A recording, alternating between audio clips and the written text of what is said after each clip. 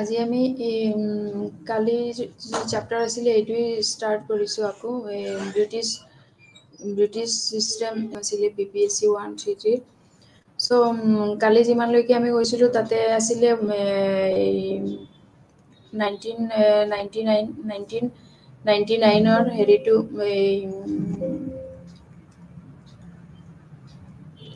1919ৰ আৰু 1999ৰ ক্লাছটো আছিলে এই মণ্টেকাৰে এইটো ৰিফৰ্মটো আছিলে ক্লাছত এইখিনি ডিছকাছ কৰিছিলোঁ তো তাৰপিছত এইটো ৰিফৰ্ম হোৱাৰ পিছত আমি এতিয়া গভৰ্ণমেণ্টৰ এক্ট 1935 হৈছিলে যোনটো যি সেইখিনি হোৱাৰ পিছত গোটেইখিনি ৰিজেক্টে হৈছিলে আৰু যিবোৰ 1999ৰ চবে ভাৰতীয়সকলে এই বস্তুবোৰ মানা নাছিলে চ' সেইখিনি সিহঁতে কেঞ্চেল তেতিয়া অলৰেডি ৰিমুভে হৈ গ'ল সেইখিনি ৰিমুভ কৰি দিলে যিবোৰ ডায়াৰচি চিষ্টেম আছিলে এইবোৰ তাৰপিছত সিহঁতে গভৰ্ণমেণ্ট অফ ইণ্ডিয়া এক্ট 1935ৰ এটা এক্ট হৈছিলে চ' এইটো যি 1857 চনত ব্ৰিটিছ ইষ্ট ইণ্ডিয়া কোম্পানীৰে প্ৰৱৰ্তন কৰা কিছুমান নীতিৰ বিৰুদ্ধে একাংশ ভাৰতীয় জনগণে বিদ্ৰোহ কৰিছিলে আৰু ফলস্বৰূপে তাৰপিছত বছৰটোতে অৰ্থাৎ 1858 চনতে ব্ৰিটিছ চৰকাৰে এক আইন প্ৰণয়ন কৰি ভাৰতৰ শাসনভাৰ যি ইষ্ট ইণ্ডিয়া কোম্পানীৰ পৰা গ্ৰেট ব্ৰিটেইনৰ ৰাণীৰ প্ৰত্যক্ষ শাসনলৈ নিয়ে ইয়াৰ পিছৰে পৰা ভাৰতত আধুনিক শাসন ব্যৱস্থা গঢ়ি তুলিবলৈ ব্ৰিটিছসকলেও চৰকাৰে বিভিন্ন সময়ত কিছুমান আইন প্ৰণয়ন কৰিছিলে যিবোৰ সিহঁতৰ ভাৰতক আধুনিক কৰাটো ইম্পৰ্টেণ্ট আছিলে বিকজ এইটোৰ জৰিয়তে সিহঁতৰ বিজনেছ বা ব্যৱসায় বাণিজ্যটো ভাল সিহঁতে যিটো বেপাৰ কৰিছিলে এইটো সিহঁতৰ বেছি লাভৱান হৈ আছিলে চ' তেওঁলোকে এইটো আধুনিক শাসন ব্যৱস্থা গঢ়ি তুলিবলৈ যথেষ্ট ট্ৰাই কৰিছিলে আৰু বিভিন্ন ধৰণৰ আইনো প্ৰণয়ন কৰিছিলে ভাৰতে স্বাধীনতা লাভ কৰাৰ পূৰ্বে ব্ৰিটিছ চৰকাৰে সময়ে সময়ে প্ৰণয়ন কৰা এই আইনবোৰৰ যোগেদি ভাৰতবৰ্ষক শাসন কৰিছিলে আৰু ইয়াৰ ভিতৰতে এই 1900ৰ যি 1935ৰ এক্ট আছিলে সেইটো এটা ইম্পৰ্টেণ্ট আছিলে চ' অকলে যে এইখিনি সিহঁতে ফাৰ্ষ্ট কৰা নাছিলে আমি আগৰ পৰাই গম পাইছোঁ 1861 চনত ব্ৰিটিছ চৰকাৰে ভাৰত পৰিষদ আইন এখন ইণ্ডিয়ান কাউন্সিল এক্ট বুলি আছিলে সেইটো গ্ৰহণ কৰিছিলে এই আইনখনেও ভাৰতীয় প্ৰশাসনৰ বিকেন্দ্ৰীকৰণৰ কৰি ভাৰতৰ প্ৰতিনিধিত্বমূলক শাসন ব্যৱস্থাৰ সূচনা কৰিছিলে তাৰপিছত 1892ত আকৌ এই চেঞ্জ কৰি পেলাই অলপ সংশোধন কৰি পেলাই আকৌ নতুন এখন আইন প্ৰণয়ন কৰিছিলে ভাৰত পৰিষদ আইন বুলি সেইখনৰ পৰাই ভাৰতৰ সদস্য নিৰ্বাচন প্ৰক্ৰিয়া বা ইলেকশ্যনৰ যিবোৰ প্ৰচিডিঅৰ এইবোৰ প্ৰৱৰ্তন হৈছিলে আৰু এই আইনখনে ভাৰতীয় লোকসকলক সন্তুষ্ট তথাপি এইবোৰ কৰাৰ পিছতো ভাৰতীয় আইনখনে লোকসকলক সন্তুষ্ট কৰিব পৰা নাছিলে চ' 1909 চনৰ পৰা ভাৰত চৰকাৰ আইন যি গভৰ্ণমেণ্ট ইণ্ডিয়া এক্ট আছিলে সেইখনৰ পৰাই ভাৰতীয়সকলক তাতো সন্তুষ্ট হোৱা নাছিলে এই আইনখনে মৰ্ডামিন্ত সংস্কাৰ আইন বুলি যি আমি কালি ডিছকাছ কৰিছিলোঁ সেইটো আছিলে 1909 তাৰপিছত 1919 চনত আকৌ ভাৰত চৰকাৰে আইনে এই ভাৰতৰ এক প্ৰকাৰ স্বায়ত্তশাসন ব্যৱস্থা প্ৰৱৰ্তন কৰিছিলে যদিও ই অতি সীমিত পৰিসৰ আছিলে আৰু ইমানো সেইটো ফাইনেলি গৈ সেইখনো ৰিমুভ হৈছিলে অলপ সময়ৰ কাৰণে ৰখিছিলে এইবিলাক চ' গভৰ্ণমেণ্ট অফ ইণ্ডিয়া এক্টত 1935ত এইটো সৰ্বভাৰতীয় ফেডাৰেশ্যন যি সিহঁতে অল ইণ্ডিয়া ফেডাৰেশ্যন নামেৰে ব্ৰিটিছসকলে ষ্টাৰ্ট কৰিছিলে আৰু 1935 চনৰ আইনখনে প্ৰাদেশিক স্বায়ত্তশাসনৰ লগতে কেন্দ্ৰতো এটা সৰ্বভাৰতীয় ফেডাৰেশ্যনৰ বাবে প্ৰস্তুত দিছিলে আইনখনে দ্বিকক্ষীয় আইনসভাৰ ব্যৱস্থা কৰিছিলে নিম্ন সদন পৰোক্ষভাৱে নিৰ্বাচিত হ'ব আৰু উচ্চ সদনখন ৰাজকীয় ৰাজ্য আৰু বিশিষ্ট শ্ৰেণীৰ এক মিশ্ৰিত প্ৰতিনিধিত্ব হ'ব সিহঁতে যে অকলে নিজৰখনে মানে ব্ৰিটিছৰ অনলি যে ব্ৰিটিছ শাসন ব্যৱস্থাত আছিলে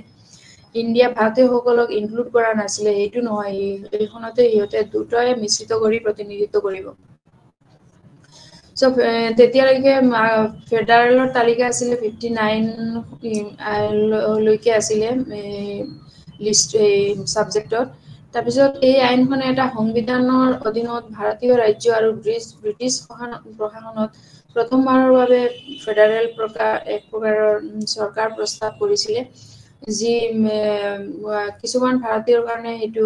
একচেপ্টেবল হোৱা নাই আৰু কিছুমানে যেতিয়া ইণ্ডিয়ান নেশ্যনেল কংগ্ৰেছেও ইমানখিনি তাতে ছাপোৰ্ট কৰা নাছিলে সো 1935 চনত ভাৰত চৰকাৰ আইন অনুসৰি পুনৰ প্ৰথমবাৰৰ বাবে স্বায়ত্তশাসন আৰু যুক্তৰাষ্ট্ৰীয় শাসন ব্যৱস্থা প্ৰৱৰ্তন কৰিছিলে যি মিক্স এখন এইটো এই আইনখনে অলমোষ্ট তাৰপিছত আকৌ গৈ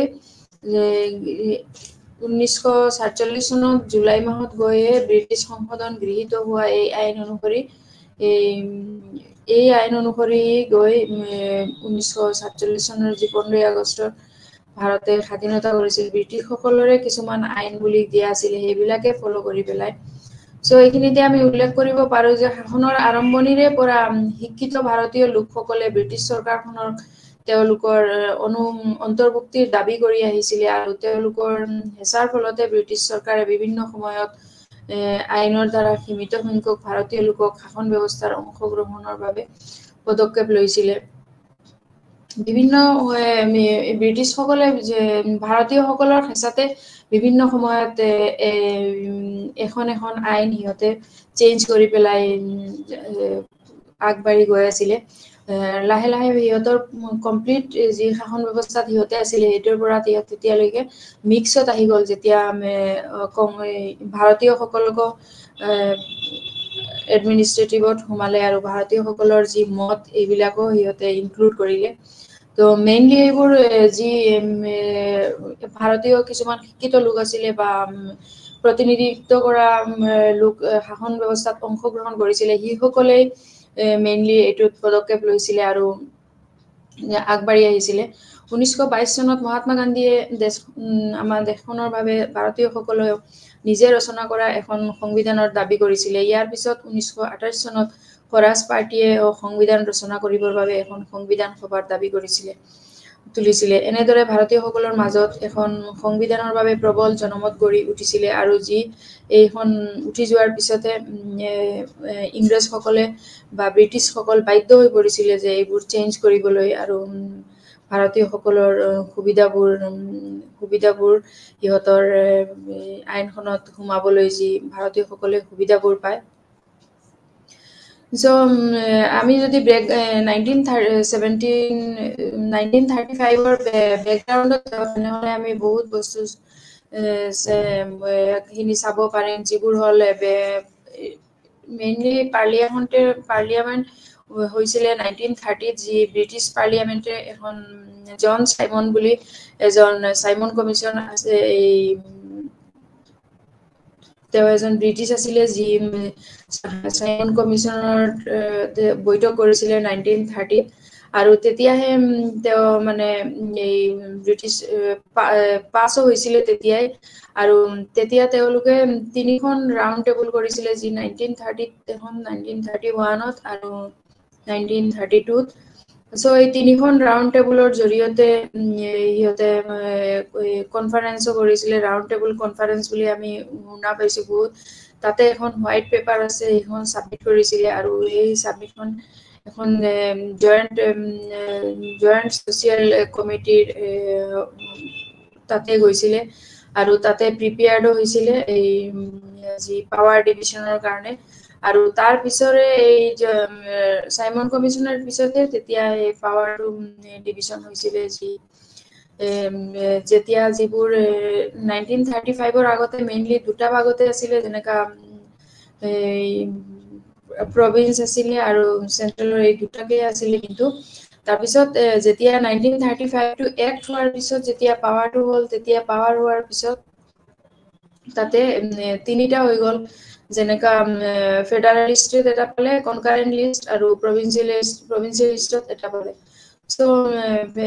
এইখিনিৰ মাজত আকৌ সিহঁতে তেতিয়ালৈকে যি আমি 1919 চনত যিবোৰ ডায়াৰকি চিষ্টেমত যিবোৰ আছিলে এই গোটেইখিনি তেতিয়া নাইকিয়া হৈ গ'ল এই যিবোৰ বিকজ তেতিয়া এতিয়ালৈকে 1935ৰ পিছত তাতে তিনিখন হৈ গ'ল প্ৰভিন্সিয়েল আৰু ফেডাৰেলিষ্ট তাৰপিছত কনকাৰেণ্ট এইখিনি লৈ তিনিখন হৈ যোৱাৰ পিছত মেইনলি সেই বস্তুটোৰ ডায়াৰকি চিষ্টেমটো টোটেলি এবলিছ হৈ গ'ল আৰু তাতে যি ডাবল ৰুল আছিলে তেতিয়া সেইটো কমপ্লিটলি এবলিছ হৈ গ'ল আৰু তাৰপিছত প্ৰভিন্সিয়েল অট'নমিত হৈ গ'ল আৰু এই এফেক্টটো হ'ল 1935ৰ এখন এক্ট হোৱাৰ পিছত 1937ৰ পৰাই এইখন এফেক্টটো ষ্টাৰ্ট হ'ল কিন্তু আকৌ এই বস্তুটো আকৌ ডিছকণ্টিনিউ হৈ গৈছিলে এই তিনিটা পাৰ্ট হৈলৈকে এইটো 1939লৈকে আকৌ ৰিমেলিজ হৈ গৈছিলে আইনখনে এটা সংবিধানৰ অধীনত ভাৰতীয় ৰাজ্য আৰু ব্ৰিটিছ প্ৰশাসনত প্ৰথমবাৰৰ বাবে এইবোৰ যি প্ৰস্তাৱ কৰিছিলে এই 1935ৰ পিছতে যিমান হৈছিলে প্ৰভিন্সিয়েল এইবিলাক হৈছিলে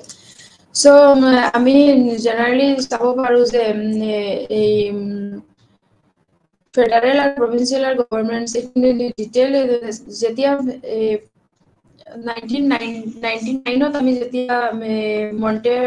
মণ্টেমৰ্লে আৰু ৰিফৰ্মছ তাৰপিছত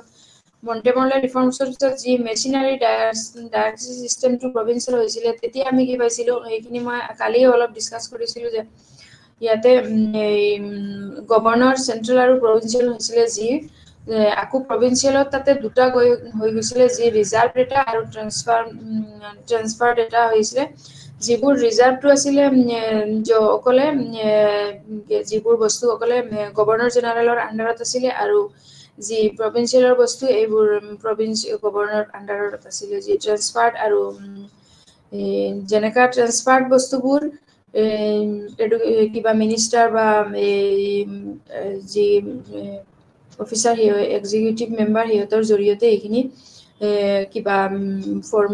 ফৰ্মুলা বা আপডেট এইবোৰ কৰা তেওঁলোকে কৰিব পাৰিছিলে কিন্তু যি চেন্ট্ৰেলৰ যিবোৰ আছিলে এইখিনি অকলে তেতিয়া জেনেৰেল গভৰ্ণৰে কৰিব পাৰিছিলে বাট আফটাৰ এই 1935 যিহেতু এই চিষ্টেমবোৰ এবলিছ হৈ পেলাই যেতিয়া অনলি এই তিনিটা চিষ্টেম হৈ গ'ল 3 ষ্টেপত আহি গ'ল তেতিয়া এইখিনি আৰু অলপ চিষ্টেমতে অট'মেটিকেলি যিমান এডমিনিষ্ট্ৰেটিভ আছে এইখিনি গোটেইখিনি চেঞ্জ হৈ গ'ল আগতে যিবোৰ এডমিনিষ্ট্ৰেটিভ চিষ্টেম আছিলে যেনেকা বেচিছৰী তাৰপিছত এক্সিকিউটিভ কাউন্সিল 1935ৰ আগলৈকে বেচিছৰীৰ আণ্ডাৰত এক্সিকিউটিভ কমিটি আছিলে আৰু তাৰপিছত আছিলে এক্সিকিউটিভ কমিটিৰ আণ্ডাৰত আছিলে হোম ডিপাৰ্টমেণ্ট তাৰপিছত মিলিটাৰী ল এইবোৰ তাৰপিছত ৰেভিনিউ তাৰপিছত পাব্লিক ৱৰ্কছ ফাইনেন্স এইবোৰ আছিলে গোটেইখিনি তো যেতিয়াহে এইবোৰ চেঞ্জ হ'ল তেতিয়া এইবোৰ যিবোৰ ছাবজেক্ট আছে ছাবজেক্টবোৰ ৰিজাৰ্ভ যিবোৰ এইবোৰ অট'মেটিক চেন্ট্ৰেলৰ তাতে গুচি গ'ল আণ্ডাৰ গভৰ্ণৰ জেনেৰেল আৰু প্ৰভিন্সিয়েলৰ যিবোৰ এইবোৰ মিনিষ্টাৰৰ আণ্ডাৰতে আহি গ'ল এই প্ৰভিন্সিয়েল অট'নমি আছিলে এইটোত 1935 চনৰ পৰা ইণ্ডিয়ান যি নেশ্যনেল কংগ্ৰেছ আছিলে সিহঁতে এইটো এই প্ৰচেছৰ মাজত যিবোৰ সিহঁতে সোমাই দিছিলে প্ৰভিন্সিয়েল অট'নমিত সেইখিনি সিহঁতে মেইনলি এক্ট 1935ৰ পিছতে মেক্সিমাম ৰাজকীয়তা যোনটো আছিলে এইটো প্ৰয়োগটো বন্ধ কৰি দিছিলে আৰু তেতিয়া তিনিটা ষ্টেপ আহি গ'ল তেতিয়া ৰাজকীয় কমপ্লিটলি বন্ধ হৈ গৈছিলে তাৰপিছত স্থানান্তৰিত আৰু সংৰক্ষিত বিষয়ৰ মাজতো পাৰ্থক্য আঁতৰ কৰা হৈছিলে আৰু গোটেই প্ৰশাসনক এজন মন্ত্ৰীক আইন সভাৰ দায়িত্ব দিয়া হৈছিলে এইটো এটা অন্তৰ্বৰ্তীকালীন সংবিধান আছিলে আৰু মুক্ত ভাৰতৰ বাবে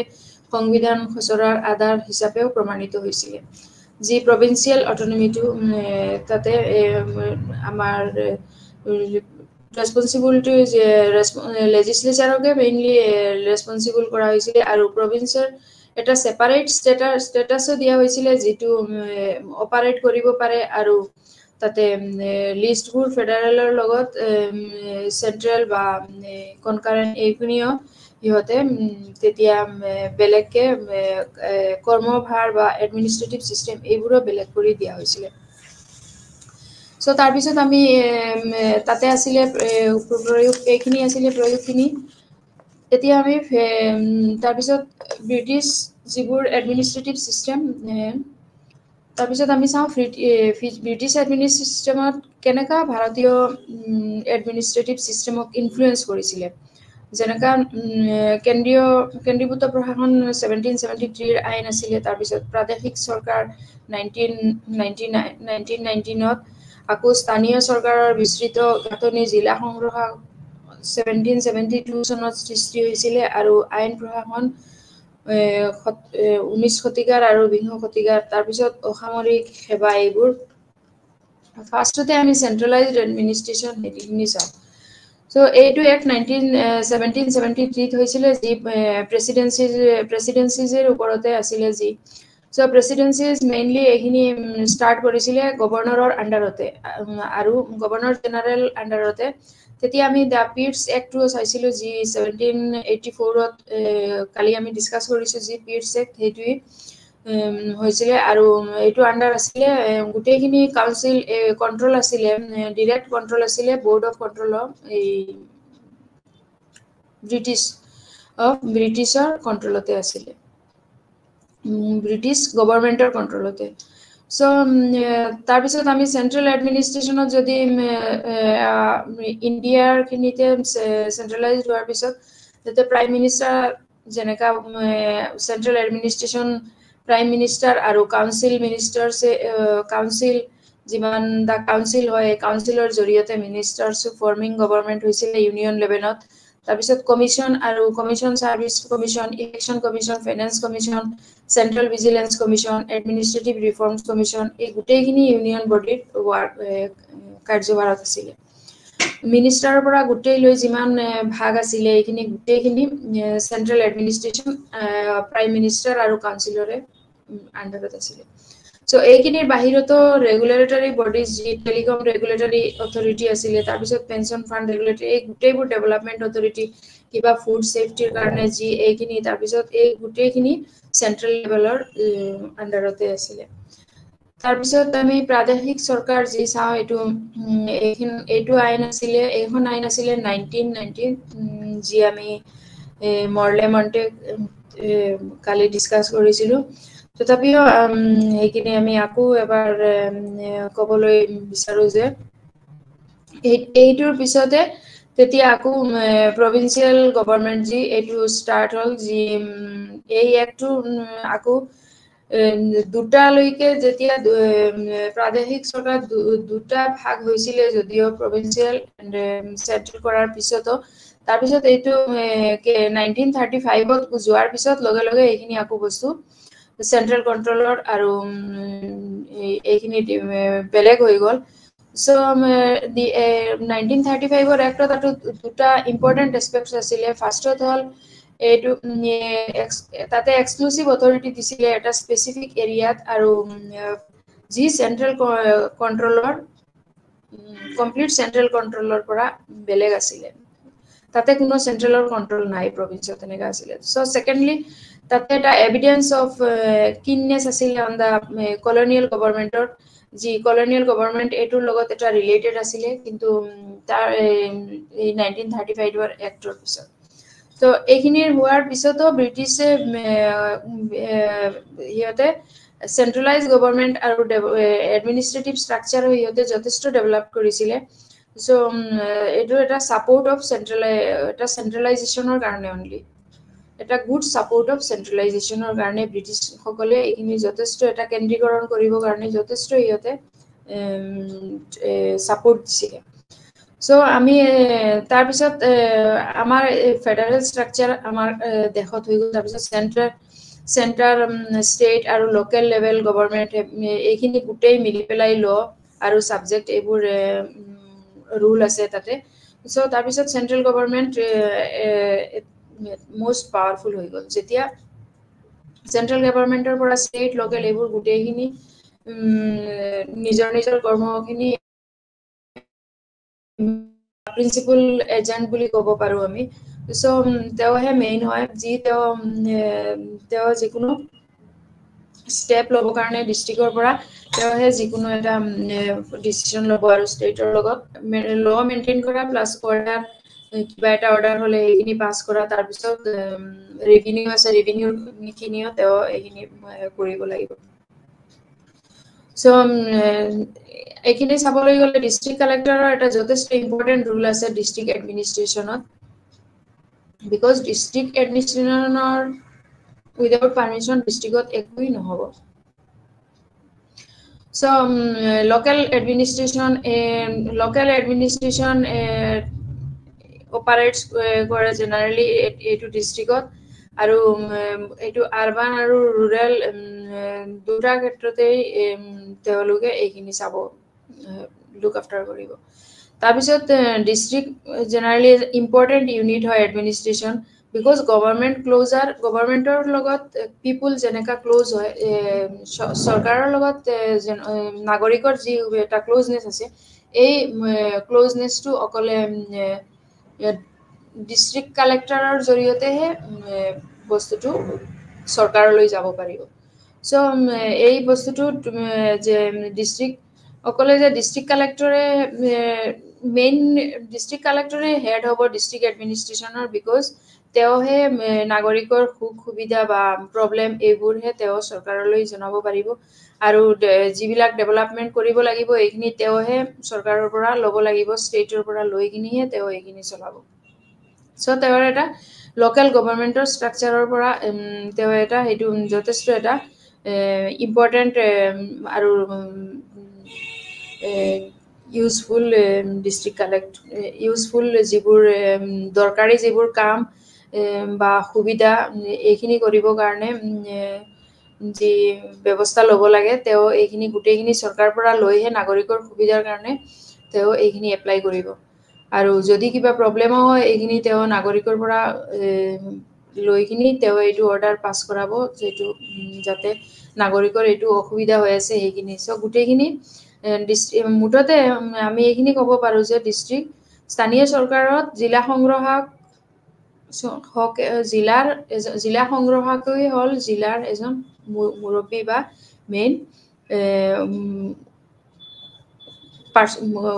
মেইন পাৰ্চন বুলি আমি ক'ব পাৰো হেড বুলি ক'ব পাৰো প্ৰিন্সিপাল হেড সো এই ইয়াতে লোকেল সেল্ফ গভৰ্নমেন্টৰ ইনষ্টিটিউচন এইবিলাকো লোকেল পিপুলৰ জৰিয়তে পাৰ্টিচিপেট হ'ব আৰু লোকেল সেল্ফ গভৰ্নমেন্টৰ যি ইনষ্টিটিউচন হ'ব এইখিনিতো যিবিলাক লোকেল পিপুলছ আছে সিহঁতে পাৰ্টিচিপেট কৰিব লাগিব আৰু তাতে এটা ট্ৰেইনিঙো দিয়ে কিছু এইবোৰ বডিজ আছে যেনেকা লোকেল বডিজ হয় এইবোৰ লোকেল বডিজ সিহঁতে জেনাৰেলি ট্ৰেইনিং দিব আৰু ট্ৰেইনিঙৰ জৰিয়তে এইখিনি লোকেল গভৰ্নমেন্টৰ লগত সিহঁতে পাৰ্টিচিপেট কৰিব আৰু সেই বস্তুটোই পিছত গৈ যেতিয়া ইমপ্লিমেণ্ট হৈ পেলাই আমি 1992 যেনেকা লোকেল সেল্ফ গভৰ্নমেন্টত পালো 73rd আৰু 74th যি এমেন্ডমেন্ট এই কনষ্টিটিউচনেল এমেন্ডমেন্টৰ জৰিয়তে এই বস্তুখিনি 1992 আমাৰ লোকেল সেল্ফ গভৰ্নমেন্ট হৈ পেলাই আমাৰ সংবিধানত আহি সোমাই গ'ল সেই যি 1772 যিবিলাক আছিলে সেইটোহে ইনক্লুড হৈ পেলাই আজি এনেকা হ'ল সো আমি যদি ফলো কৰিব যাওঁ তেনেহ'লে ব্ৰিটিছৰ পৰা যথেষ্টখিনি আমি এইবোৰ বস্তু পাইছো যিবোৰ আমাৰ বৰ্তমান যি শাসন ব্যৱস্থা হওক আৰু যি চৰকাৰ হওক এইবোৰত প্ৰশাসন ব্যৱস্থা হওক এইখিনিত যথেষ্ট সিহঁতৰ যিবোৰ দিছিলে এইবোৰো অলপ মেইন বস্তুটো সিহঁতৰ এনেকাই আছে বাছ আমি গ্ৰহণ কৰিছো কিন্তু তাৰ মাজতো আমি অলপ সলনি কৰিছো যিবোৰ আমাৰ সুবিধাৰ জৰিয়তে আমি অলপ সলনি কৰি লৈছো ভাৰতীয়সকলৰ বিকজ আমি অকলে ইয়াতে ব্ৰিটিছ যেনেকা আহিছিলে তেতিয়া আমি ব্ৰিটিছ চৰকাৰ তেতিয়া যেনেকা আহিছিলে সিহঁতে গভৰ্ণমেণ্টৰ লগতে গভৰ্ণমেণ্ট নট অনলি গভৰ্ণমেণ্টৰ কাৰণে সিহঁতে মেইনলি আহিছিলে বিজনেছ আৰু সিহঁতৰ প্ৰফিটৰ কাৰণে চ' অকলে আমি সেইটো চাব নোৱাৰোঁ সেইটো কাৰণে আমি এইখিনিত অলপ সাল সলনি কৰি সেইখিনিহে আমি আজিলৈকে এতিয়া এই যি স্থানীয় চৰকাৰৰ যিবোৰ আছে সেইখিনিহে আমি ফ'ল' কৰি আছোঁ চ' তাৰপিছত ৰুল অফ ল' চাওঁ আমি যি আইনৰ শাসন এইখিনি বস্তু চ' ৰুল অফ ল'ৰ ক্ষেত্ৰতো 19th আৰু 20th চেঞ্চুৰীত এইটো আমি ব্ৰিটিছৰ পৰাই যি ইন্ট্ৰডিউচ হৈছিলে তেতিয়া সেইখিনি আমি যথেষ্ট চেঞ্জ কৰি 19 আৰু 20 শতিকাত এইখিনি আমি যথেষ্ট চেঞ্জ কৰি সেইবোৰ বস্তুই লৈছোঁ কিন্তু এইটো প্ৰম্পটেড হৈছে অলপ ব্ৰিটিছৰ পৰা ৰুলছবিলাক আৰু যাতে এইটো আমাৰ গোটেই প্ৰত্যেক নাগৰিকৰ কাৰণে যি আমাৰ সুবিধা হ'ব আৰু এই প্ৰত্যেক নাগৰিকৰ সুবিধাৰ জৰিয়তে যাতে আমি এইখিনি লাভৱান হ'ব পাৰোঁ আৰু চবেই সুবিধাটো পাওঁ ল এণ্ড অৰ্ডাৰৰ যাতে কোনো কিবা ক্ৰিমিনেল কেছ হওক যি হওক যাতে সকলোৱে এইটো উপযুক্ত বিচাৰ বা এইখিনি হয় সেই বস্তুখিনিৰ জৰিয়তে চ' ব্ৰিটিছ এডমিনিষ্ট্ৰেশ্যনৰ পৰাই আমি এই ৰুল অফ ল'খিনি এইটো আমি বেলেগ লৈছিলোঁ ব্ৰিটিছৰ পৰাই লোৱা এইখিনি ৰুল অফ ল'খিনি চ' যিবোৰ বহুত আমি আজিকালি ইণ্ডিয়াত যদি হিষ্ট্ৰিকেলি আমি প্লেচবিলাক হিষ্ট্ৰিকেলি ফুৰিব যাওঁ তেনেহ'লে আমি বহুতখিনি ঠাইত দেখিবলৈ পাম যে ব্ৰিটিছে বনোৱা জেলবিলাক এতিয়াও আছে যিবোৰ মিউজিয়ামৰ নিচিনা আছে আমি ফুৰিবলৈ গ'লে টুৰিষ্টৰ নিচিনা তাতে আমি চাব পাৰোঁ যে তেতিয়াৰ ব্ৰিটিছে বনোৱা কেনেকা জেল আছিলে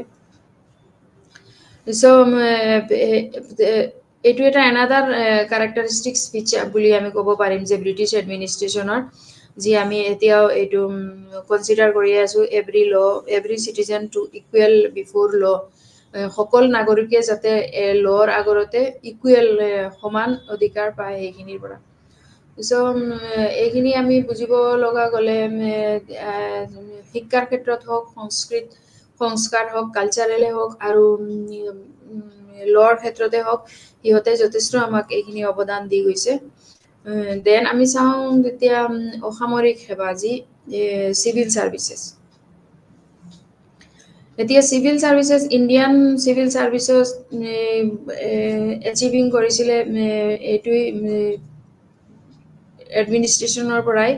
চ' এইটো হাইলি প্ৰফেচনেল ট্ৰেইন হয় যি চিভিল ছাৰ্ভিচ সিহঁতক যথেষ্টখিনি সিহঁতক ট্ৰেইনিং দিয়া হয় আৰু এইটো কনচিডাৰ্ড হয় হাইলি এটা প্ৰফেচনেল ট্ৰেইনিং বুলি চ' এইখিনি ব্ৰিটিছ পাৱাৰ যি এইটো কনষ্টিটিউটে হৈছিলে এইটো ব্ৰিটিছৰ পাৱাৰৰ পৰা ইণ্ডিয়াত আৰু ৰিকুৱাৰমেণ্টটো এইটো ৰিকুৱাৰমেণ্ট এই ছাৰ্ভিচটো অপেন কম্পিটিটিভ এক্সামৰ জৰিয়তে যি আজিকালি বহুত কমন আৰু গোটেইবোৰ আমি ভালকৈ জানো যে এইটোৰ কাৰণে গোটেই যিমান ষ্টুডেণ্ট আছে আশা হোপ আমি এইখিনি ক'ব পাৰোঁ যে ইয়াতে মেক্সিমাম গোটেইবোৰ ষ্টুডেণ্টে চিভিল ছাৰ্ভিচৰ এক্সামটো দি চাই আকৌ পায় নে নেপায় বা কেনেকুৱা এই বস্তুটোও এইটো এটা যি এডমিনিষ্ট্ৰেশ্যন হয় ইণ্ডিয়ান চিভিল ছাৰ্ভিচ এইটো এটা এই ট্ৰেইনটোৱেই দিয়া হয় এইবিলাকৰ কমিশ্যনাৰ ফেডাৰেল পাব্লিক ছাৰ্ভিচ কমিশ্যনৰ জৰিয়তে এইটো 1926 এইটো পাব্লিক ছাৰ্ভিচ কমিশ্যনটো এতিয়া ক্ৰিয়েটেই হৈছিলে 1926 তেতিয়া আৰু সেই বস্তুটো আমি এতিয়া এক্সামিনেশ্যনৰ জৰিয়তে কম্পিটিটিভৰ জৰিয়তে এতিয়া এপইণ্টমেণ্ট কৰি থাকোঁ বা ছাৰ্ভিচ দি থাকোঁ যিটো লৈ গোটেই যিমান ষ্টুডেণ্টবিলাকে আছে চবে সেইখিনিৰ কাৰণে চেষ্টা কৰি থাকে যে আমি চিভিল ছাৰ্ভিচত জব পাই যাওঁ সেইখিনি মই ৰিলেটেড নহয় তথাপি মই কৈ আছোঁ যে মই এইখিনি ভালকৈ জানো যে ইয়াৰ যিমানে ষ্টুডেণ্ট আছে মেক্সিমাম চিভিল ছাৰ্ভিচৰ এক্সামটো দি মেক্সিমামে দিছে বা দিব বিচাৰি আছে এই বস্তুটো ক'ৰ পৰা আহিলে বা কেনেকৈ আহিলে সেইখিনিও যদি আমি চাবলৈ যাওঁ তেনেহ'লে এইটো বস্তু হিয়তৰে অৱদান হয় সো এভৰি ইয়াৰ যিমান কমিশন কন্ডাক্ট বা এন্ট্ৰেন্স এক্সাম এইবোৰ হৈ থাকে গোটেইখিনিয়ে এইবোৰ ফাইনেল লিষ্ট আমি যিবোৰ পাওঁ মেৰিটৰিয়াছ গভৰ্ণমেণ্ট অৰ্গেনাইজেশ্যনত বা এইখিনি ইউনিয়ন লেভেলৰ এইখিনিৰ জৰিয়তে ইউনিয়ন পাব্লিক ছাৰ্ভিচ কমিশ্যন এইটোৱে এষ্টাব্লিছ কৰিছিলে এই অল ইণ্ডিয়া ছাৰ্ভিচত তেতিয়া এইটো ট্ৰেন্সফাৰ এই ব্ৰিটিছৰ পৰা অল ইণ্ডিয়া ছাৰ্ভিচত আহি গ'ল সো এইবোৰ অসামৰিক সেৱা 1926তে এষ্টাব্লিছ হৈছিলে বা ষ্টাৰ্ট হৈছিলে সো আমি যদি ব্ৰিটিছৰ এডমিনিষ্ট্ৰেশ্যনখিনি চাবলৈ যাওঁ তেনেহ'লে ইয়াতে যথেষ্ট তেনেকা এইবোৰ যি পইণ্টছবোৰ আছে এইখিনি আমি আইন শাসনৰ পৰা লৈ যিমান শাসন ব্যৱস্থা হওক এইখিনি গোটেই আমি ইয়াতে ক'ব পাৰোঁ চেন্ট্ৰেলাইজড এডমিনিষ্ট্ৰেশ্যনতো ছেইম সিহঁতে বহুতখিনি আমাক ট্ৰেন্সফাৰ কৰি দি গৈছিলে যি 1773 তাৰপিছত 1999তো আকৌ যি তেওঁলোকৰ অৱদান সেইটোও দিছিলে তাৰপিছত 1772ৰ যি স্থানীয় ডিষ্ট্ৰিক্ট কালেক্টৰ সেইটোও সিহঁতৰে গাঁথনি হয় তাৰপিছত আইন শাসন ব্যৱস্থা হয় যি এইখিনিও বিংশ শতিকাত অসামৰিক সেৱা এইবোৰো সিহঁতৰ সেইটো চৰকাৰৰ দিয়া আছিলে সো এইখিনি আমি চাবলৈ গ'লে ফিচাৰ্ছ অফ ব্ৰিটিছৰ যিমান অৱদান আছে যথেষ্টখিনি অৱদান আছে সিহঁতক আৰু যি আমি ক'বলৈ গ'লে 1900 আমাৰ ইণ্ডিয়াখন স্বাধীন হোৱাৰ কেইদিনমান আগলৈকে সিহঁতেও যদিও জৱাহৰলাল নেহেৰু তাৰপিছত 1927 চনত 28 চনত যেনেকা যথেষ্ট এইবোৰ চেষ্টা কৰিছিলে যেনেকা 1927 চনত এই চাইমনৰ নেতৃত্বত হোৱা চাইমন কমিশ্যনৰ প্ৰতিবেদনতেও সংবিধান ৰচনা কৰাত যথেষ্ট গুৰুত্ব দিছিলে তিনিখন টেবুল হৈছিলে যেতিয়া প্ৰথম টেবুল বৈঠক চাইমন টেবুল সেইখিনিৰ পৰা সো 1928 চনতো আকৌ আমি মতিলাল নেহেৰু আছিলে সভাপতিত্ব তেওঁৰ জৱাহৰলাল নেহেৰুৰ এই সভাপতিত্বৰ প্ৰকাশ হোৱা নেহেৰু প্ৰতিবেদনৰ ভাৰতীয় সংবিধান ৰচনাৰ অন্যতম ভূমিকা পালন কৰিছিলে তেতিয়া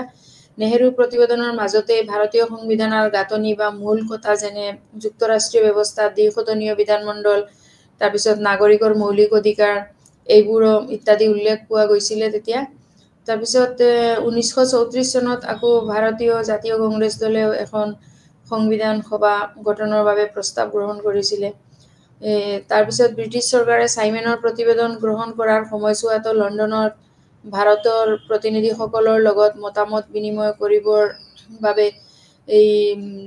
যি মই এইখন টেবুলখনে তেওঁলোকে বৈঠক কৰিছিলে যে তিনিখন টেবুল 1930, 31 and 1932 এই তিনিখনে কৰিছিলে অকলে ভাৰতীয়সকলৰ লগত মতামত গ্ৰহণ কৰিবলৈ এখন আমি ক'বলৈ যদি যাওঁ তেনেহ'লে দ্বিতীয় টেবুল বৈঠকখনত আমাৰ মহাত্মা গান্ধী যি তাতে পাৰ্টিচিপেট কৰিছিলে তাৰপিছত এইখিনি যথেষ্ট তাৰপিছত তেনেকুৱা আৰু এই মেজমেলৰ প্ৰস্তাৱৰ ভিত্তিত ওপৰত লক্ষ্য কৰিহে তাৰপিছত এইবিলাকৰ ওপৰতে মিটিংবিলাকৰ ওপৰতে লক্ষ্য কৰি তাৰপিছত 1935 চনত ভাৰত চৰকাৰ আইনখন এই যি ইণ্ডিয়ান 1935ৰ এক্ট সৰ্বভাৰতীয় ইণ্ডিয়া এক্ট 1935ৰ এক্ট সৰ্বভাৰতীয় ফেডাৰেশ্যন এইখনহে ৰেডি কৰিছিলে তাৰপিছত 1935 চনত এই গ্ৰহণ কৰা হয় আৰু এই আইনখনতে ভাৰতীয় সংবিধান চৰকাৰৰ আইন বুলি গ্ৰহণ কৰা হৈছিলে তাৰপিছত আমি মনে মনে মেবি কিছুমান ষ্টুডেণ্ট আছে জানিব বিচাৰে 35 লৈকে তাৰপিছত কি হ'ল তাৰপিছত 1939ৰ পৰা আকৌ দ্বিতীয় মহাযুদ্ধৰ আৰম্ভণিৰ ভাৰতীয়সকলৰ মাজত স্বাধীনতা দাবী অতি সক্ৰিয় হৈ পৰে যেতিয়া ভাৰতীয়সকলে আৰু দাবী লাগিলে নাই এতিয়া আমি কি কৰিব লাগিব আমাৰ দেশ স্বাধীন হ'বই লাগিব আমি আৰু ব্ৰিটিছৰ আণ্ডাৰত নাথাকিম তেতিয়া ব্ৰিটিছ চৰকাৰে কি কৰিলে তেওঁলোকৰ যুদ্ধৰ প্ৰস্তুতিত ভাৰতীয়সকলৰ সমৰ্থন লাভ কৰাৰ উদ্দেশ্যে 1940 চনত আগষ্ট প্ৰস্তাৱৰ জৰিয়তে এক সুকীয়া সংবিধানৰ দাবী মানি লৈছিল আৰু সেই অনুসৰিহে 1946 চনত কেবিনেট মিছন ভাৰতলৈ আহে আৰু ভাৰতৰ বাবে সুকীয়া সংবিধান ৰচনা কৰি প্ৰস্তাৱ আগবঢ়ায়। এই প্ৰস্তাৱ অনুসৰি ভাৰতৰ সংবিধান সভা পিছত ভাৰতীয় সংবিধান সভা পিছত হৈছিলে গঠিত হয় আৰু এই সভাৰ সভাপতি আছিলে ডাক্তৰ ৰাজেন্দ্ৰ প্ৰসাদ। তাৰপিছতহে ভাৰতৰ স্বাধীনতা লাভ কৰাৰ লগে লগে সংবিধান সভাই ভাৰতৰ বাবে সংবিধান ৰচনা কৰাৰ অধিকাৰ লাভ কৰে। চ' কিমান ষ্টেপবিলাক পাৰ হৈ আমি যদি আমি ফাৰ্ষ্টতে গুপ্ত সাম্ৰাজ্যৰ পৰা আমি এই চেপ্টাৰটো এই ইউনিটতে গুপ্ত সাম্ৰাজ্যৰ পৰা আমি ষ্টাৰ্ট কৰিছোঁ, যি গুপ্ত সাম্ৰাজ্যৰ তাৰপিছত মোগলৰ কেনেকা আছিলে, তাৰপিছত মোগলৰ পৰা কেনেকা মোগলে যেতিয়া ধুনীয়াকৈ কৰি আছিলে, তাৰপিছত মোগলৰ যেতিয়া ঔৰংগজেবৰ লাষ্ট হৈ গ'ল, ঔৰংগজেব ঢুকোৱাৰ পিছৰ পৰা তাৰপিছত আকৌ কি হ'ল, এই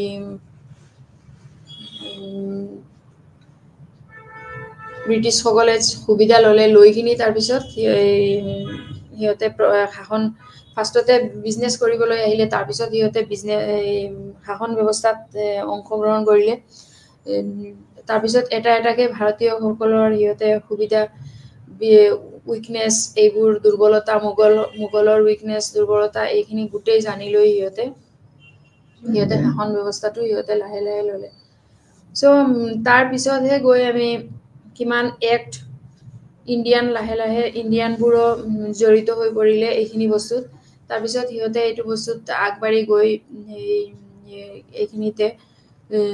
শাসনত আৰম্ভণিৰ পৰাই যেতিয়াই ভাৰতীয় লোকসকলে ব্ৰিটিছ চৰকাৰখনক তেওঁলোকে অন্তৰ্ভুক্ত কৰিবৰ কাৰণে দাবী কৰিলে, তেনেকা লাহে লাহেকে কম সংখ্যক লোকহে আছিলে। তাৰপিছত যেতিয়া এক্টবোৰ চেঞ্জ হৈ আছিলে তেতিয়া লাহে লাহে শ্ল'লি গ্ৰেজুৱেলি এইখিনি ইনক্ৰিজ হৈ থাকিলে নাগৰিকসকল আৰু শিক্ষিত ভাৰতীয়সকল। তাৰপিছতহে ব্ৰিটিছৰ লগত এইখিনি যেতিয়া ইণ্ডিয়াক হাফ পাৱাৰ আৰু ব্ৰিটিছৰ হাফ গভৰ্ণমেণ্ট তেনেকা মিক্স হৈ পেলাই তাৰপিছত লাহে লাহে কেনেকা শ্ল'লি ইণ্ডিয়াত গৈ কিনি সিহঁতে সুবিধাটো পালে আৰু তাৰপিছত আমাৰ দেশখন স্বাধীন হ'ল। এই ব্ৰিটিছবিলাকৰ তাৰপিছত কিমান এক্ট বনালে, তাৰ যিটো লাহে লাহে কনষ্টিটিউশ্যন, তাৰপিছত ফেডাৰেশ্যন এইবোৰো হোৱাৰ পিছত তাৰপিছত গৈহে আমাৰ দেশখন আজি এইটো ষ্টেজত আহিলে, যি যথেষ্ট আমাৰ ইয়াতে আগবাঢ়িলে। চ' এইখিনিত এইবোৰ কৰাৰ পিছত কিন্তু আমাৰ ব্ৰিটিছসকলৰ শাসনৰ সময়ৰ বিচাৰ ব্যৱস্থাটো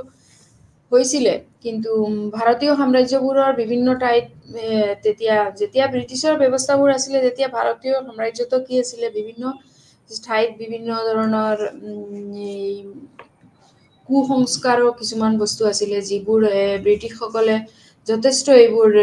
চেঞ্জ কৰিছিলে আৰু সিহঁতে বিভিন্ন ধৰণৰ সংস্কাৰবোৰো দিছিলে, যাৰ জৰিয়তে ভাৰতীয়সকলেও সিহঁতৰ মনৰ পৰা যিবোৰ ডেভেলপমেণ্ট কৰিব লাগে সেইখিনিও সিহঁতে ব্ৰিটিছৰ পৰাই আমি ভাৰতীয়সকলে ফ'ল' কৰি আছিলোঁ, যে ব্ৰিটিছসকলে যে কেনেকা সংস্কাৰবোৰত সিহঁতৰ বেনিফিটৰ, যেনেকা ছাপ'জ ইংলিছ সকলোৱে ইংৰাজী শিকিব লাগিব, এইটো বস্তু সিহঁতেহে কৰিছিলে। যেতিয়া সেইটো সময়ত যেতিয়া আমাৰ দেশত হিন্দুসকলে অকলে সংস্কৃত আৰু মুছলিমসকলে পাৰ্চী তেনেকা অকলে পাৰ্চীৰ কাৰণে স্কুল আৰু সংস্কৃতৰ কাৰণে স্কুল তেনেকা, সেইটোও ভাল আছিলে নে আজি যে আমি সকলোৱে মিলি পেলাই ইংৰাজীটো শিকিব পাৰিছোঁ বা ইংৰাজী শিক্ষাটো প্ৰচলন হৈছে। কিন্তু এই প্ৰচলনটো সিহঁতৰ ভালৰ কাৰণে কৰিছিলে, যে সিহঁতে এটা ভাল বিজনেছ কৰিব পাৰে, সকলোৱে ইংৰাজীটো বুজিব পাৰিব, তেতিয়া সিহঁতৰ প্ৰফিটটো বেছি হ'ব। কিন্তু অট'মেটিকেলি এইটো গৈ আমাৰ কাৰণেহে উন্নত হৈ গ'ল। ছেইম তেনেকা আমাৰে ডেভেলপমেণ্ট হৈ গ'ল। চ' ছেইম তেনেকা কিছুমান বস্তু সিহঁতৰ কাৰণে যদিও কৰিছিলে, যিবিলাক সংস্কাৰটো বা ডেভেলপমেণ্ট এইখিনি অট'মেটিকেলি গৈ আমাৰ কাৰণেহে যথেষ্ট লাভ হৈ গ'ল। সো আমি যদি দেখা পাওঁ অটোমেটিক্যালি ব্রিটিশ ইস্ট ইন্ডিয়া কোম্পানীয়ে ভাৰতৰ এই ৰাজনৈতিক শক্তিৰ বাবে এইটো প্ৰতিষ্ঠা লাভ কৰাৰ সময়ত ভাৰতৰ যিবোৰ শাসন ব্যৱস্থা আছিলে এইবোৰতো সিহঁতে যি ডেভেলপমেণ্ট কৰিছিলে তাৰপিছত ব্ৰিটিছ শাসনকালে এই যিবোৰ সংস্কাৰ সাধন কৰিছিলে তাতেও সামৰিক বাহিনীও তেওঁলোকৰ স্বাৰ্থ সুৰক্ষিত কৰিব ৰাখিব পাৰিছিলে আৰু তেওঁলোকে ভাৰতৰ ব্ৰিটিছ আধিকৃত এলেকাটো শান্তি শৃংখলা অটুট ৰাখিবলৈ নিৰ্দিষ্ট থানা আৰু আৰক্ষীৰ নিযুক্তিৰ ব্যৱস্থাও কৰিছিলে সো এইবোৰৰ পৰাই আমি লাহে লাহে এটা ডেভেলপমেণ্টৰ যি প্ৰথা আমি সেইখিনি পাই গৈছিলোঁ সো কোম্পানীৰ চৰকাৰৰ আগতেও যথেষ্ট ভাৰতবৰ্ষত সিহঁতে যি তাৰপিছত চৰকাৰৰ পৰা যি খাজনা নাগৰিকৰ পৰা যি খাজনা চিষ্টেম বা ৰেভিনিউ চিষ্টেম এইটোও আমি সিহঁতৰ পৰাই এইটো সিহঁতৰ আগতে মোগলৰ সময়তো এইটো আছিলে কিন্তু সিহঁতে এইটো আৰু অলপ আপডেট কৰি কিনি আৰু অলপ চিষ্টেমেটিকেলি সেইখিনি কৰিছে চ' ডেট এইটো চব উন্নত হয় তো শিক্ষাৰ ক্ষেত্ৰত আমি যদি চাবলৈ যাওঁ ব্ৰিটিছ গভৰ্ণৰসকলে সংস্কাৰসমূহে ভাৰতৰ সমাজ আৰু অৰ্থনীতিত যথেষ্ট প্ৰভাৱ পেলাইছিলে চ' ব্ৰিটিছসকলে তেওঁলোকৰ সংস্কাৰসমূহৰ জৰিয়তে ভাৰতবৰ্ষত তেওঁলোকৰ ৰাজনৈতিক ক্ষমতা বৃদ্ধি কৰাৰ লগে লগে অৰ্থনৈতিক আৰু সামাজিক ক্ষেত্ৰতো বহুতো পৰিৱৰ্তন আনিছিলে বিকজ সেইটো সময়ত আমাৰ ভাৰতত যি সামাজিক অৱস্থা আৰু অৰ্থনৈতিক অৱস্থা খুবেই বেয়া আছিলে আৰু যি সিহঁতৰ কাৰণে এইখিনি উন্নত হৈছিলে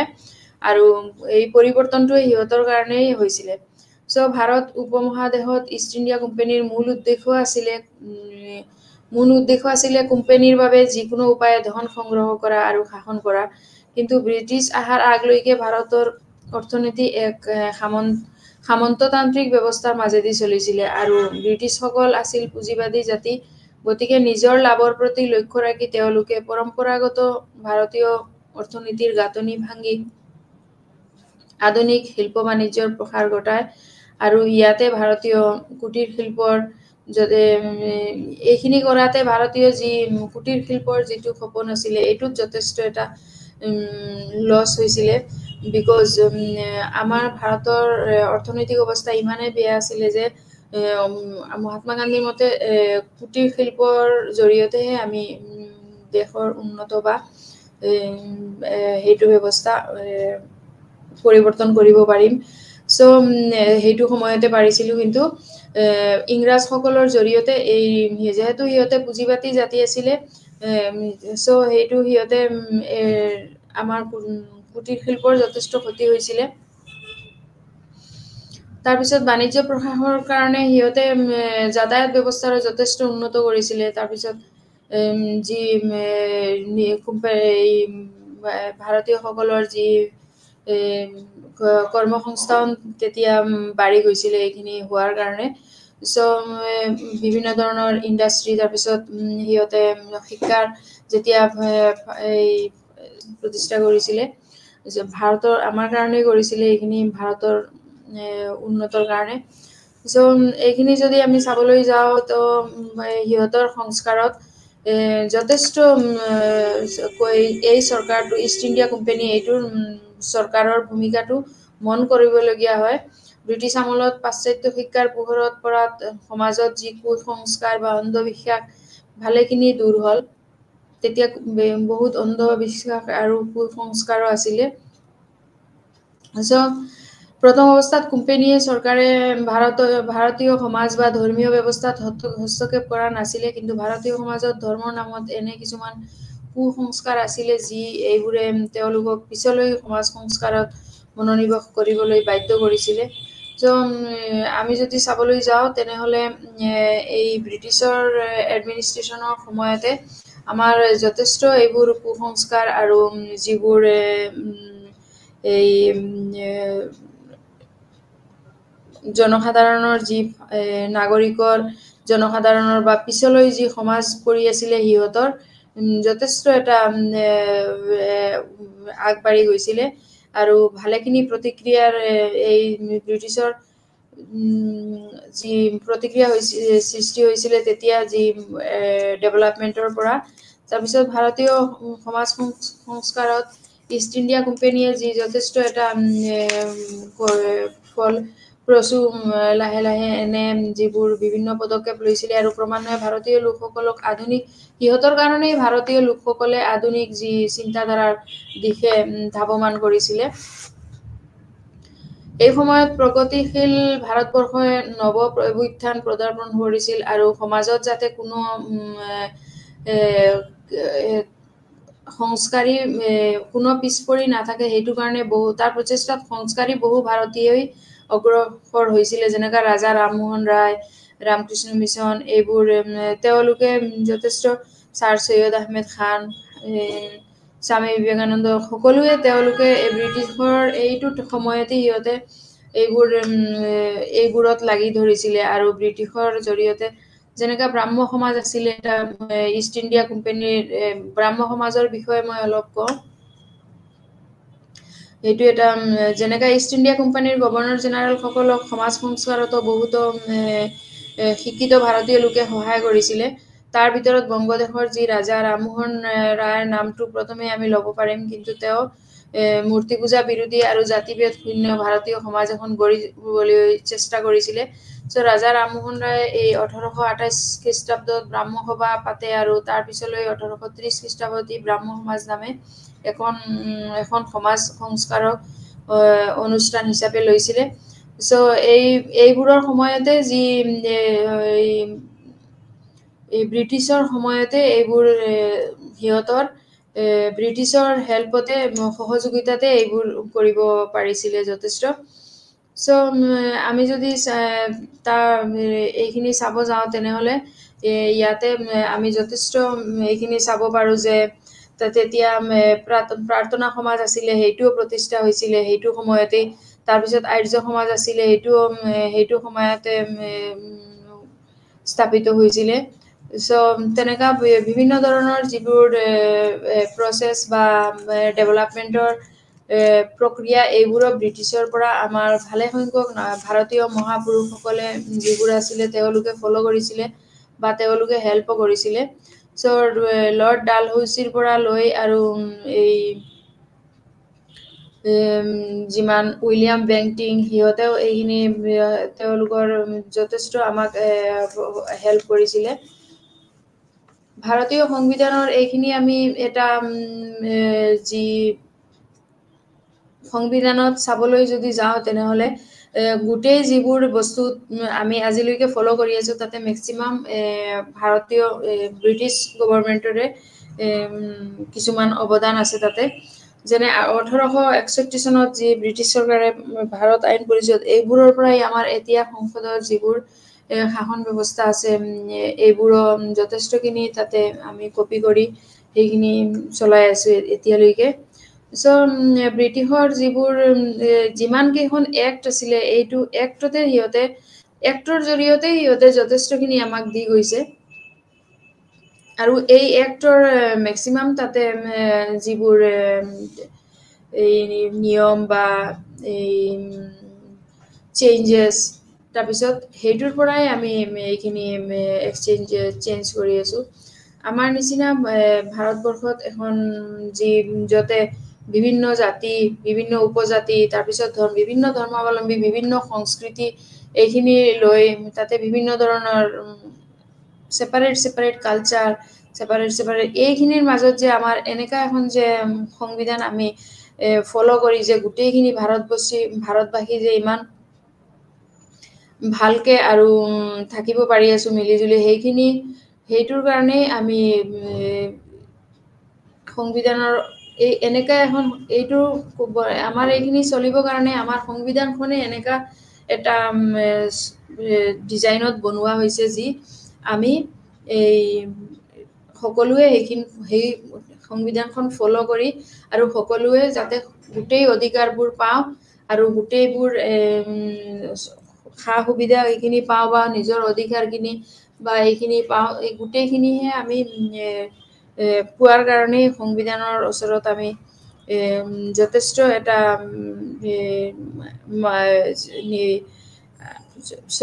মানি চলি আছো যি আইন গোটেইখিনি তাতে কনষ্টিটিউশ্যনত অফ ইণ্ডিয়াতে দিয়া আছে আৰু এই কনষ্টিটিউশ্যনখনেই মেক্সিমাম যিবোৰ আছিলে এইবোৰ গোটেই নহয় মেক্সিমামে তাতে ব্ৰিটিছ গভৰ্ণমেণ্টৰ পৰা ফ'ল' কৰা সংবিধান হয় চ' কিছুমান বস্তু আমাৰ নিজৰে হয় আৰু কিছুমান চেঞ্জেছ হয় যিবোৰ আমি সুবিধা লৈ যেনেকা চেন্ট্ৰেল গভৰ্ণমেণ্টে বা ষ্টেটৰ গভৰ্ণমেণ্টে যিহঁতে মিলি পেলাই যি আমাৰ দেশৰ চিটিজেনছৰ কাৰণে নাগৰিকৰ কাৰণে যি সুবিধা হয় বা যেনেকা এতিয়া সুবিধাটোৰ কাৰণে আমি যি ষ্টেপ ল'ব লগা হয় এই ষ্টেপটো আমি কনষ্টিটিউশ্যনত সংবিধানত আমি এড কৰি লৈছোঁ আৰু এই কিন্তু মেইনলি আমি এই ব্ৰিটিছৰ পৰাই আমাৰ এইখিনি লোৱা হৈছে চ' 1935 চনত যে বুলি সেইটো নহয় আৰু ব্ৰিটিছ এডমিনিষ্ট্ৰেশ্যনৰ যিমান 1935 হওক আৰু 1919 হওক 1909 হওক এইবোৰৰ যি এক্ট আছিলে এই এক্টবোৰে আছিলে সকলোৱে যাতে ভাৰতীয়সকলৰ সুবিধাৰ কাৰণেহে আৰু ভাৰতীয়সকলক প্ৰয়াসৰ কাৰণে ভাৰতীয়সকলে চেষ্টা কৰাৰ কাৰণেহে ব্ৰিটিছে এই এক্টবোৰ কৰিছিলে আৰু এই এক্টবোৰতে আমাৰ সুবিধাৰ কাৰণেহে সিহঁতে মেক্সিমাম চাইছিলে কিন্তু সিহঁতৰ লাভটো সিহঁতৰ বেনিফিটটো চাইছিলে আৰু সিহঁতে ভাৰতত তেনেকা এখন ৰাজ্য বনাব বিচাৰিছিলে য'ত উন্নত হওক আৰু নিজেও সিহঁতে ৰাজত্ব কৰিব পাৰে ভালকে চ' এইখিনি আমি আজি ফিচাৰ্ছ অফ ব্ৰিটিছ এডমিনিষ্ট্ৰেশ্যনৰ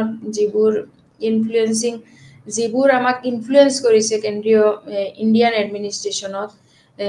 এইখিনি আমি অলৰেডি ক'লোই যে চেন্ট্ৰেল এডমিনিষ্ট্ৰেশ্যনো আমি ব্ৰিটিছৰ পৰাই পোৱা তাৰপিছত প্ৰাদেশিক আজি স্থানীয় চৰকাৰৰ যি ডিষ্ট্ৰিক্ট কালেক্টৰৰ যিটো আমি পৰ্যায়ত আছোঁ তাৰপিছত এইটো 1992ত গৈ আমি 72ৰ পৰা আমি এইটো 1992ত 200 years পিছত তাক নতুনকৈ আকৌ কনষ্টিটিউশ্যনত এইটো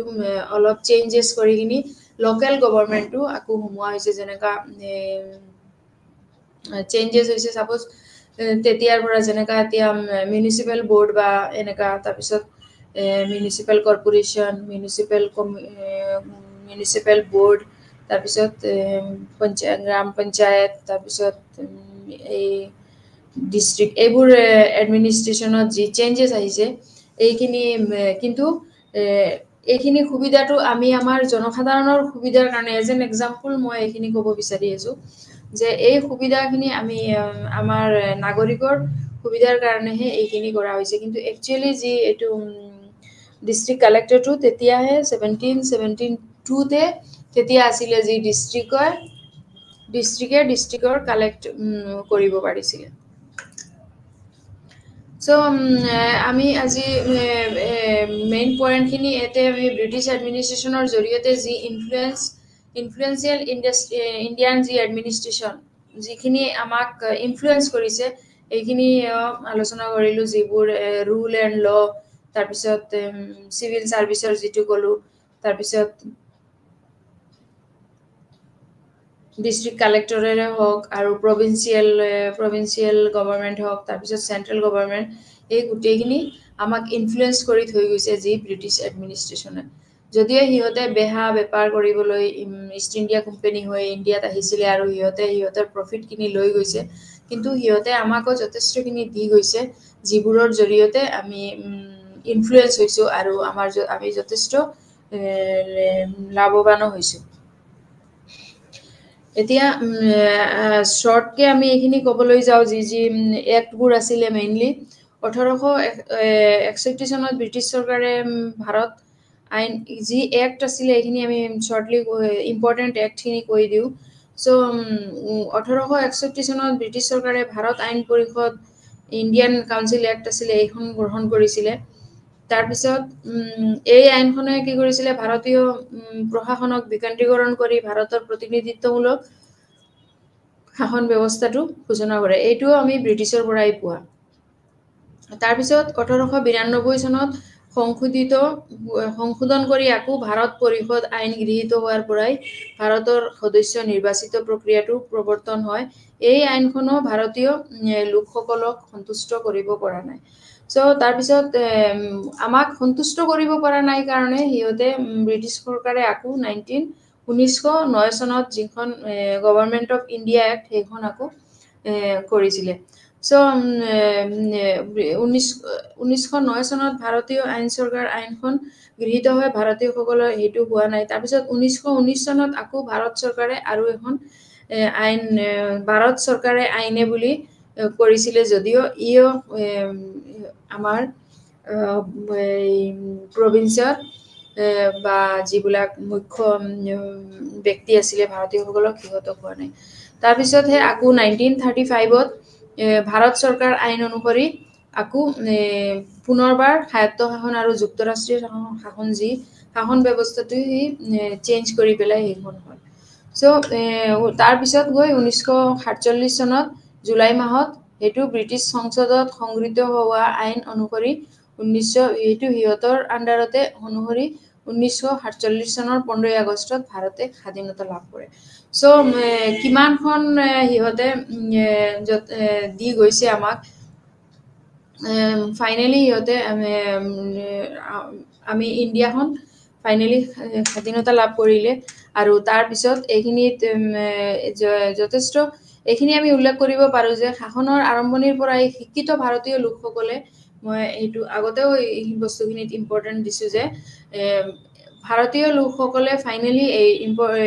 যিবিলাক শিক্ষিত আছিলে সিহঁতে ব্ৰিটিছ চৰকাৰখনক তেওঁলোকৰ অন্তৰ্ভুক্তিৰ দাবী কৰি আহিছিলে ফাৰ্ষ্টৰ পৰাই সিহঁতে যিবোৰ সিহঁতৰ ডিমাণ্ড এইবোৰ ব্ৰিটিছসকলক দাবী কৰি আহিছিলে আৰু এই দাবীৰ জৰিয়তেহে এইবোৰ চব চেঞ্জেছ পচিবল হৈছে যদি দাবী কৰা নহ'লেহেঁতেন মেবি আজিলৈকেও তেনেকাই থাকিলেহেঁতেন সো এইটো দাবীৰ জৰিয়তেহে এইবিলাক ব্ৰিটিছ চৰকাৰে যি বিভিন্ন সময়ত আইনৰ দ্বাৰা এটা সীমিত চেঞ্জেছ কৰিছে সেইখিনি পচিবল হৈছে সো আমি এইটো আজিৰ চেপ্টাৰত এইখিনি আমাৰ চেপ্টাৰটো ব্ৰিটিছ এডমিনিষ্ট্ৰেশ্যন আৰু যি ইনফ্লুৱেঞ্চেছ অফ ব্ৰিটিছ এডমিনিষ্ট্ৰেশ্যন এইখিনি আজি আমাৰ কমপ্লিট হ'ল সো এইটো চেন্ট্ৰেলাইজড এডমিনিষ্ট্ৰেশ্যনৰ পৰা লৈ তাৰপিছত যি আছিলে এইখিনি গোটেই আলোচনা হ'ল তাৰপিছত ফাইনেলি মই এইখিনি ক'ব বিচাৰিছোঁ যে যিমান এক্টে হওক যি হওক ফাইনেলি ব্ৰিটিছ এডমিনিষ্ট্ৰেশ্যন এইটো এডপ্ট হৈছিলে আমি এডপ্ট কৰিছোঁ আৰু সিহঁতৰ এডমিনিষ্ট্ৰেশ্যনখিনি আৰু আমাৰ ছিষ্টেমতো আজিলৈকে এই এডমিনিষ্ট্ৰেশ্যনটোৱে ইনক্লুড হৈ আছে সো আজি এইখিনি কৈ মই ক্লাছটো শেষ কৰিছোঁ আৰু আশা কৰি এইখিনি বুজিবলগীয়া এইটো চেপ্টাৰত একো নাই সো নমস্কাৰ